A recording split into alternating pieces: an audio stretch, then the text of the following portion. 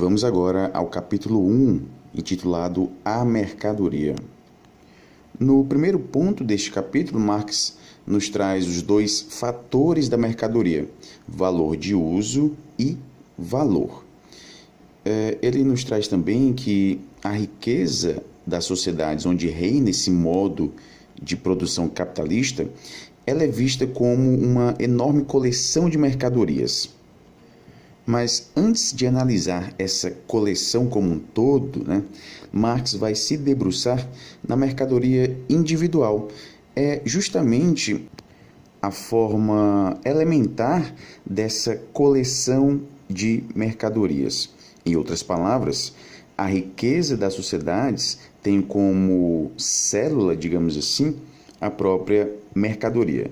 É justamente sobre a mercadoria que vai ocorrer essa investigação inicial de Marx. Ele destaca que essa mercadoria é um objeto externo que satisfaz as necessidades humanas de um tipo qualquer. Para ele, pouco importa se essa satisfação diz respeito à necessidade humana ou mesmo de como essa coisa, a mercadoria, satisfaz a necessidade humana. Então, para ele, isso não importa. Não vem aqui ao caso analisar como essa coisa satisfaz a necessidade humana, se é um objeto de fruição ou não.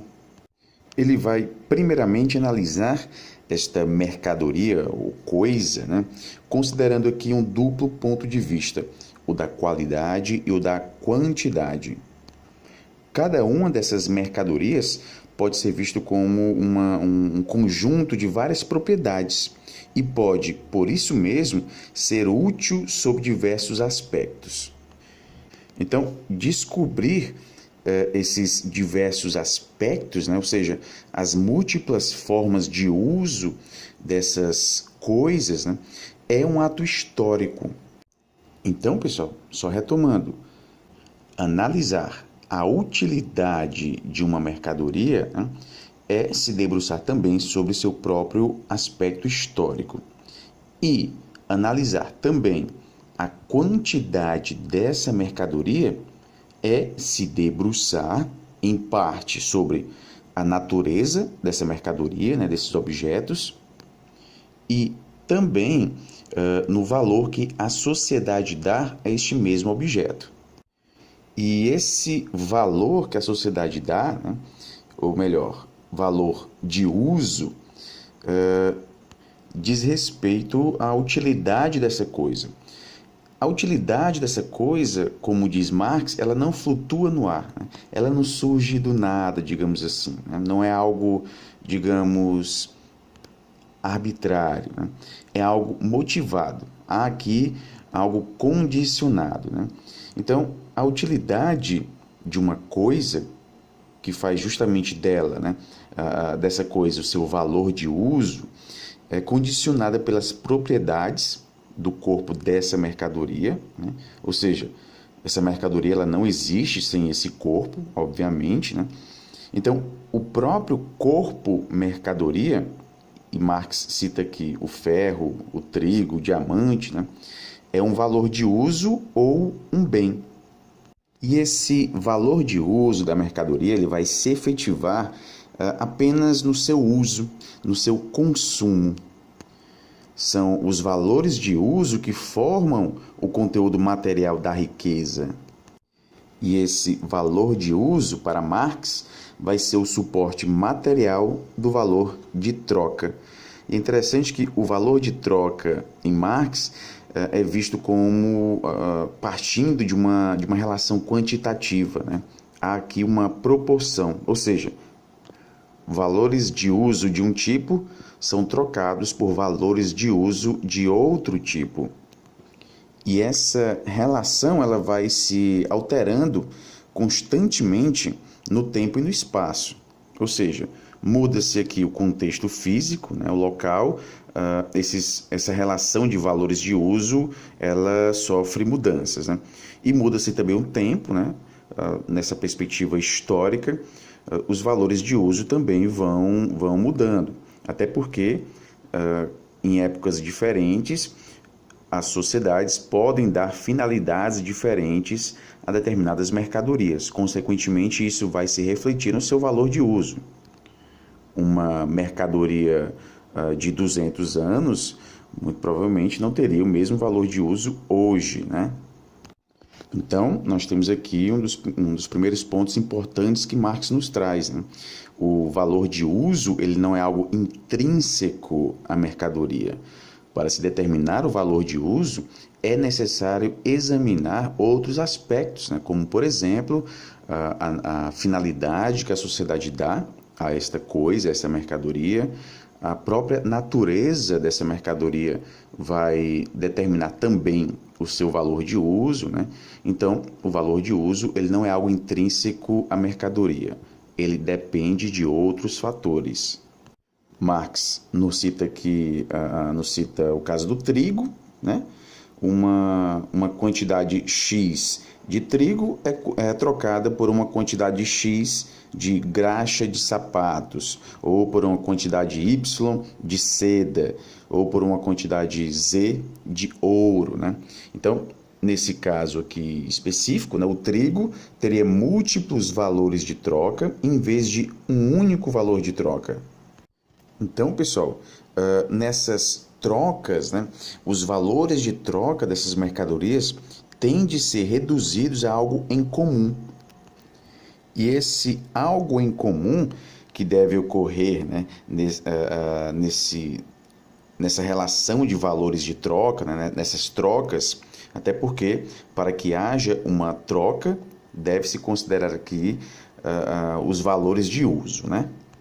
Se uma mercadoria tem um valor de uso, digamos, inferior a outra mercadoria, será necessário que aumentar a quantidade dessa mercadoria que tem um valor de uso menor para que justamente a gente chegue em algo em comum com a outra mercadoria que tem um valor de uso superior, né, para que essa troca possa ocorrer. E esse algo em comum que deve existir nessa relação de troca não diz respeito a uma propriedade da mercadoria, não diz respeito a uma propriedade geométrica, física ou mesmo química, ou qualquer outra propriedade natural dessas mercadorias. O que há aqui, pessoal, dessa forma, né, se não há referência a esse tipo de propriedade, o que há aqui é uma abstração desses valores, né? Então, há uma abstração dos seus valores de uso, né, para que justamente caracterize essa relação de troca entre as mercadorias. Se a gente analisar os valores de uso das mercadorias, a gente chega à conclusão que, de fato, elas são, antes de tudo, de diferentes qualidades, né? E como valores de troca, elas podem ser apenas de quantidade diferente.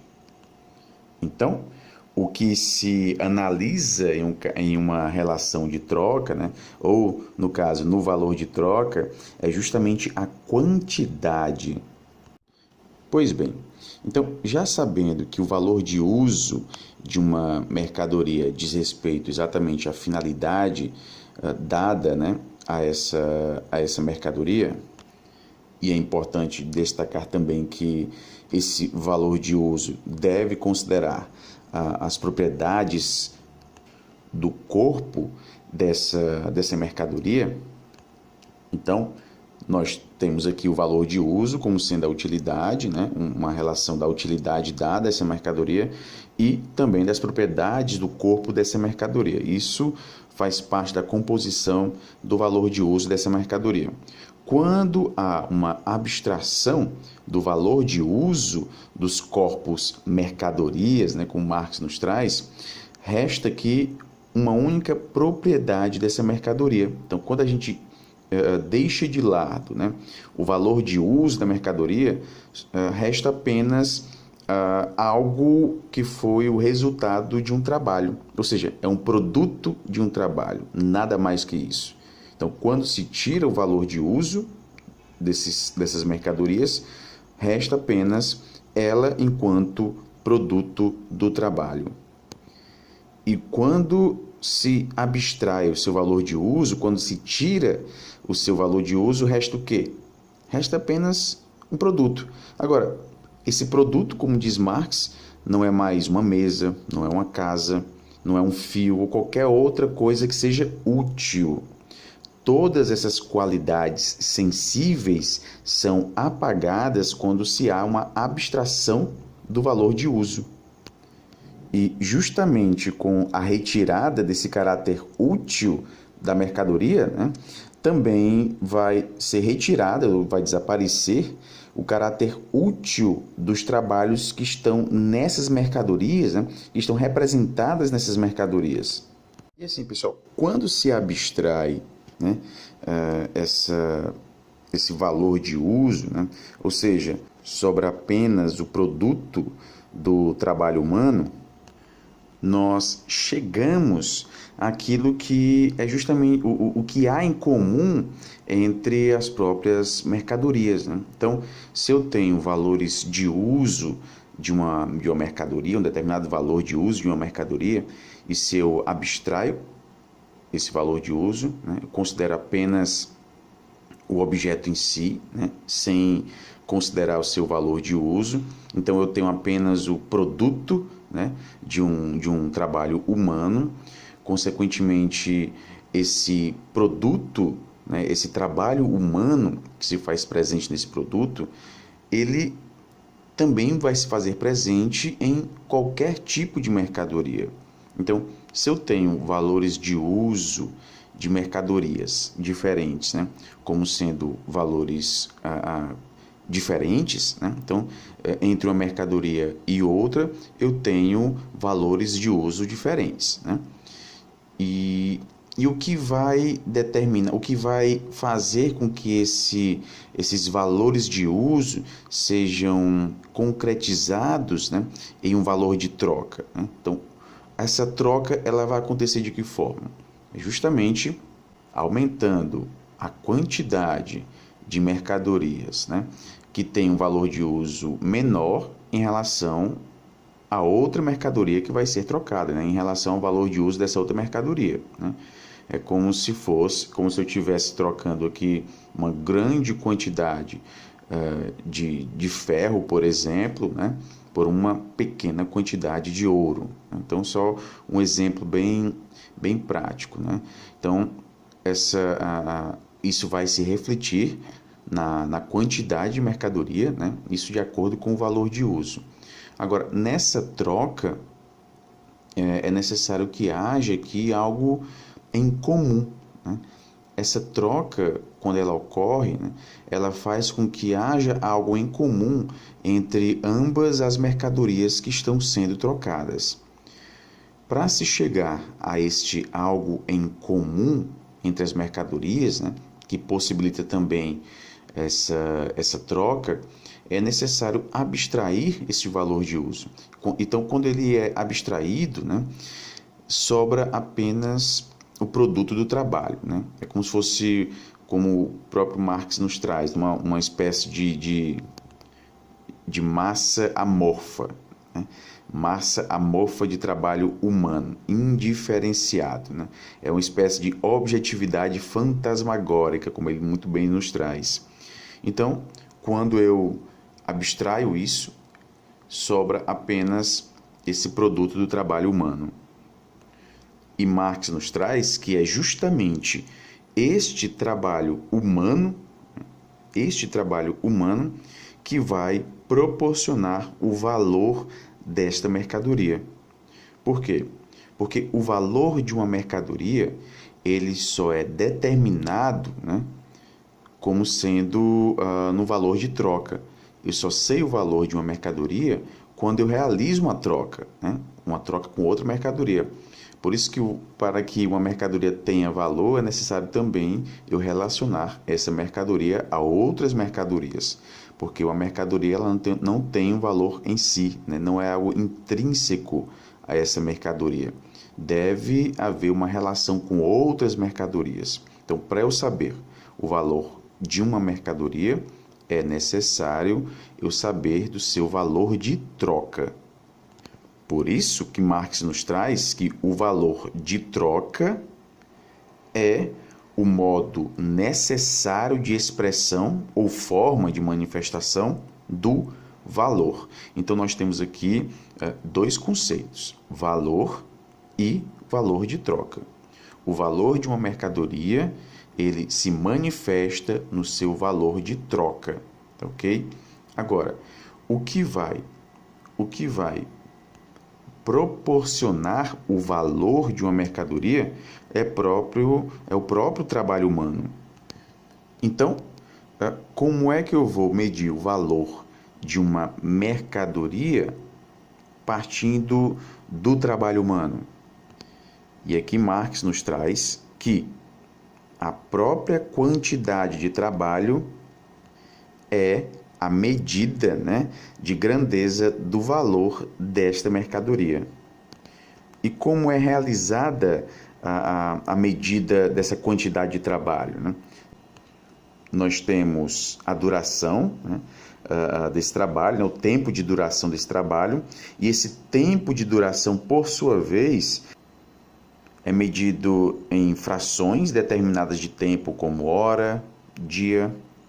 Então, poderia parecer que se o valor de uma mercadoria é determinado pela quantidade de trabalho que é gasto, né, durante a sua produção, a gente poderia chegar a uma conclusão, né? Quanto mais preguiçoso for o homem, maior será o valor de sua mercadoria, né? É algo bem simples. Se eu estou dizendo que há uma relação da quantidade de trabalho gasta em uma mercadoria com o seu valor, né? Então, quanto mais tempo for gasto para produzir uma mercadoria, mais valiosa ela seria. É isso mesmo? Então, utilizando este argumento, a gente teria como argumento válido, né?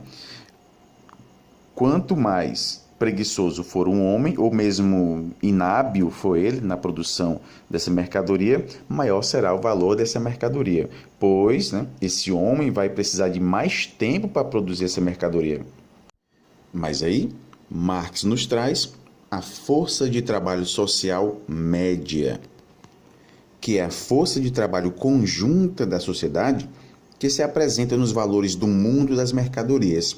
Então, para a produção de uma mercadoria, ela só vai precisar do tempo de trabalho em média necessário, né? Ou tempo de trabalho socialmente necessário. Tempo de trabalho socialmente necessário é aquele requerido para produzir um valor de uso qualquer para uma dada sociedade e com um grau social médio de destreza e intensidade do trabalho. Então, pessoal, é unicamente a quantidade de trabalho socialmente necessário, ou tempo de trabalho socialmente necessário, né, para a produção de um valor de uso que determina a grandeza de seu valor. E vejam só a comparação interessante. O valor de uma mercadoria está para o valor de qualquer outra mercadoria, assim como o tempo de trabalho necessário para a produção de uma está para o tempo de trabalho necessário para a produção de outra. Por isso, pessoal, que nós temos aqui como um ponto muito importante para a determinação do valor de uma mercadoria, o tempo de trabalho necessário para a produção dessa mercadoria. Agora, como nós já vimos, né, não é qualquer interpretação de tempo de trabalho, né? Isso diz respeito, né, às condições normais, né, para uma dada sociedade com um grau social médio de destreza e intensidade do trabalho. Então, aquele caso do trabalhador preguiçoso e inábil, né, que consequentemente vai ter agregado um valor a mais na sua mercadoria por ele ter gasto mais tempo, né, isso não é considerado aqui. Então, como valores, todas as mercadorias são apenas medidas determinadas de tempo de trabalho cristalizado. Então, nós temos como regra geral, quanto maior é a força produtiva do trabalho, né, menor é o tempo de trabalho requerido para a sua produção, menor a massa de trabalho nele cristalizada e menor o seu valor, né? Então, quando a gente tem aqui uma maior quantidade de trabalhadores, né? Como ele chama aqui, força produtiva, né? Quanto mais trabalhadores nós tivermos para a produção de uma mercadoria, menor vai ser o valor dessa mercadoria. Agora, quanto menor a força produtiva do trabalho, né, maior o tempo de trabalho necessário para a produção de um artigo. Consequentemente, maior será o seu valor. Posteriormente, Marx vai falar aqui do duplo caráter do trabalho representado nas mercadorias, né? Então, esse trabalho humano, ele é apresentado, ou, na verdade, representado nas mercadorias de duas formas. Inicialmente, Marx nos trouxe a mercadoria como partindo aqui de um duplo aspecto, né? Valor de uso e valor de troca. Depois ele mostrou que o trabalho, quando se expressa num valor, né, ele não possui mais os mesmos traços que cabem a ele como produtor de valores de uso. Por quê? Porque o valor de uso dessa mercadoria passa a ser determinado pela utilidade, né, que a sociedade dá a essa mercadoria. Ele cita aqui, por exemplo, o casaco e o linho. O casaco e o linho são valores de uso qualitativamente distintos, né? Ou seja, há aqui finalidades distintas para o casaco e para o linho.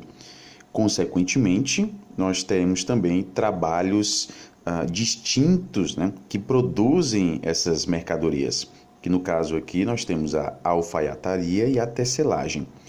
Se não fossem valores de uso qualitativamente distintos, né, e por isso produtos de trabalhos úteis qualitativamente distintos, essas coisas, né, o casaco e o linho, não poderiam de forma alguma se confrontar como mercadorias.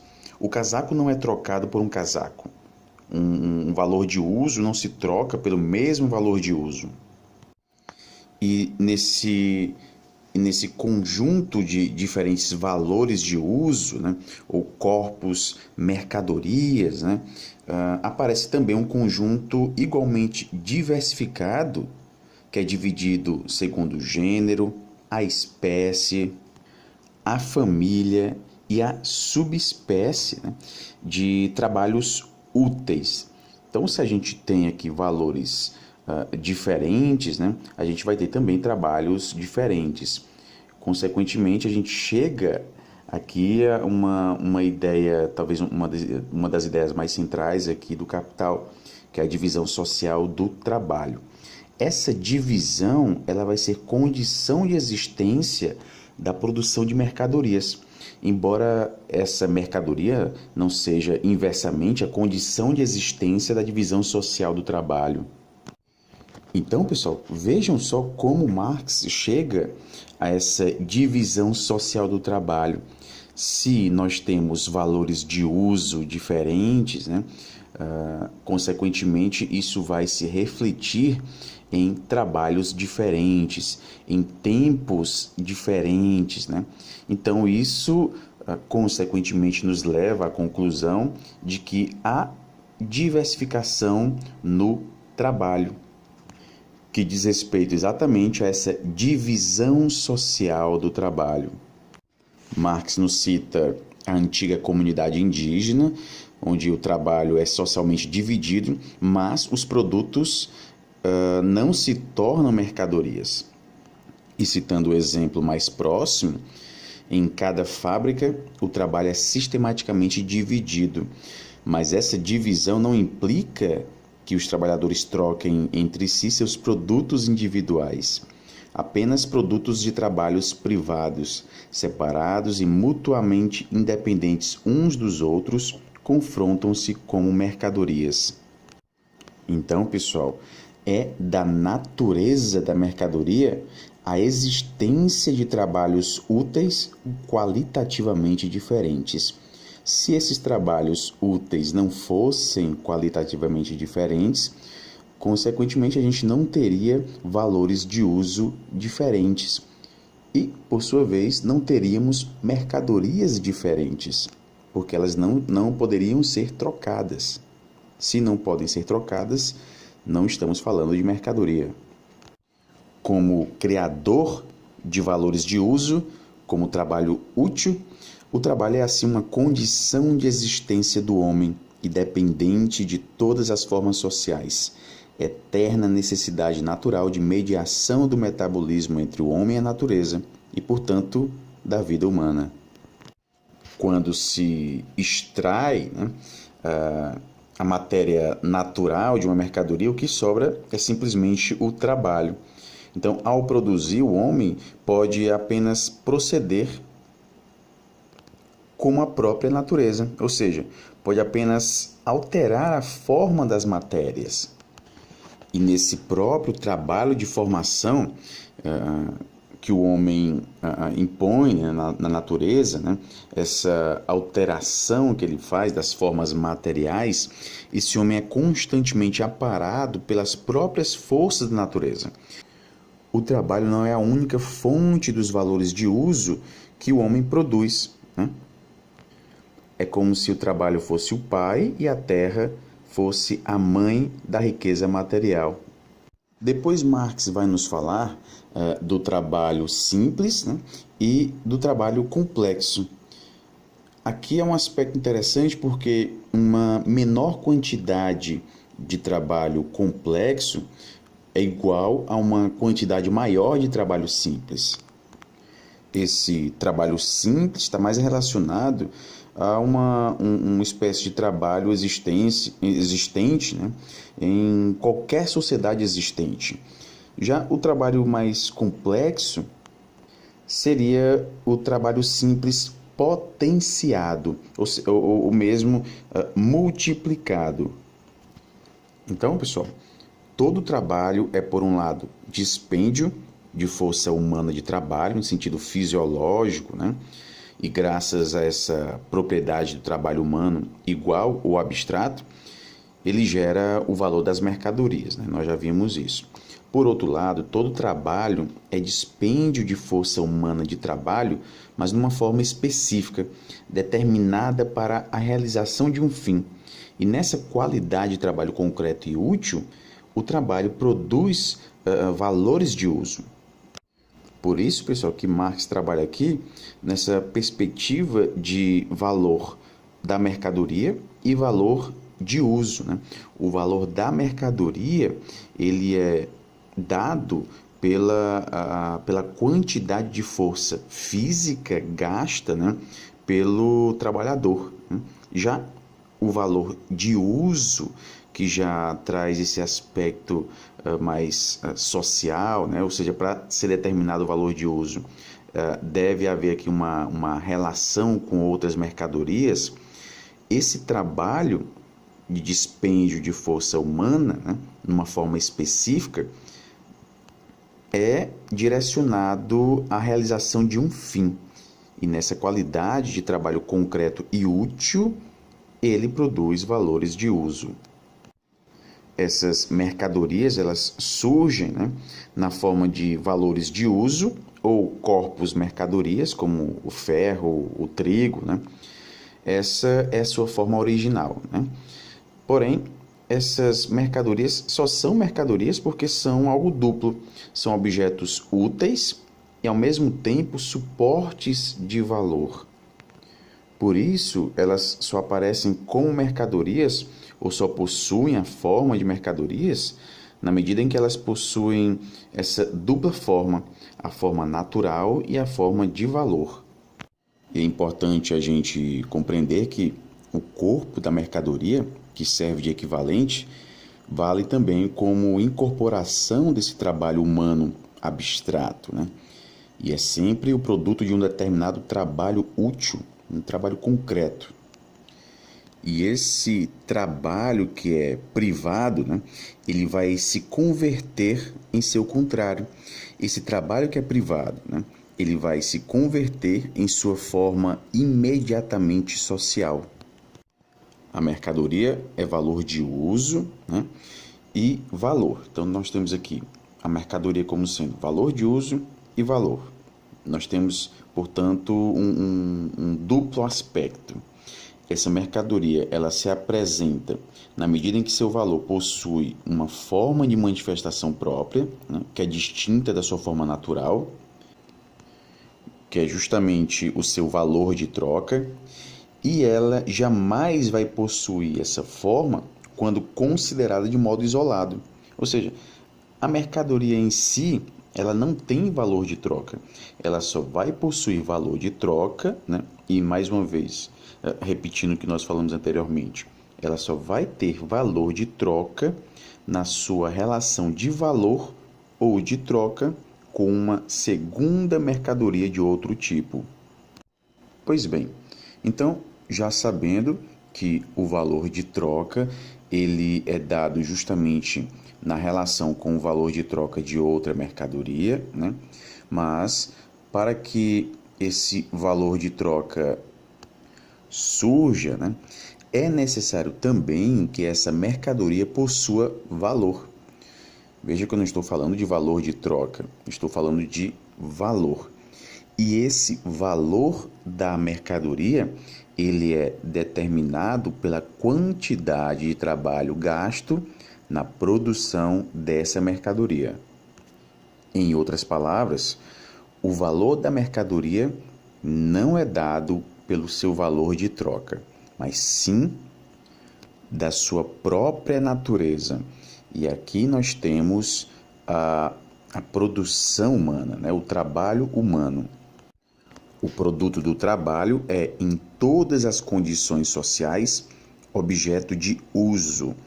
Mas o produto do trabalho só é transformado em mercadoria numa época historicamente determinada de desenvolvimento. É uma época em que o trabalho despendido na produção de uma coisa se apresenta como sua qualidade objetiva, isto é, como seu valor. Outro ponto importante deste capítulo é quando Marx fala do caráter fetichista da mercadoria e o seu segredo. Ele nos traz que, à primeira vista, essa mercadoria parece ser uma coisa óbvia, né? Natural, né? Mas a análise da mercadoria acaba revelando uma coisa muito intrincada, plena de sutilezas metafísicas, como ele muito bem diz. Quando se trata do seu valor de uso, a gente não encontra nada de misterioso, né? Seja do ponto de vista que ela é utilizada para satisfazer algumas necessidades humanas, né? Ou mesmo pelas suas próprias propriedades naturais, né? E é evidente que o homem, por meio do seu trabalho, da sua atividade, ele altera as formas das matérias naturais, transformando assim algo, né, em algo que seja útil, né, dando utilidade a algo. Por exemplo, a madeira é alterada para ser produzida uma mesa, mas essa mesa ela continua sendo madeira, né?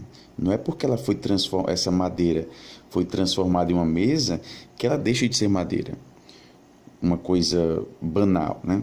Mas a partir do momento que ela aparece como mercadoria, ela se transforma em uma coisa suprassensível, como Marx nos diz.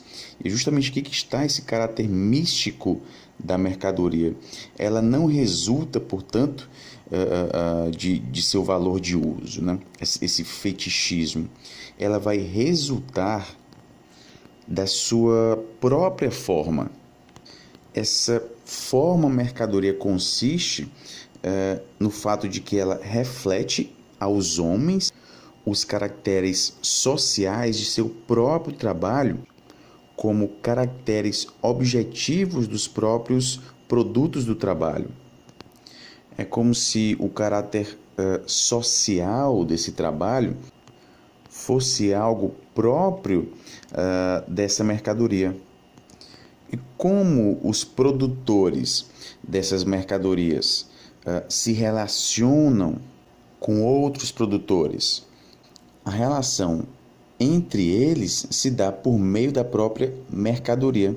Então, é como se a gente não tivesse mais uma relação entre homens, mas sim uma relação entre as coisas, caracterizando assim, pessoal, esse mundo das mercadorias.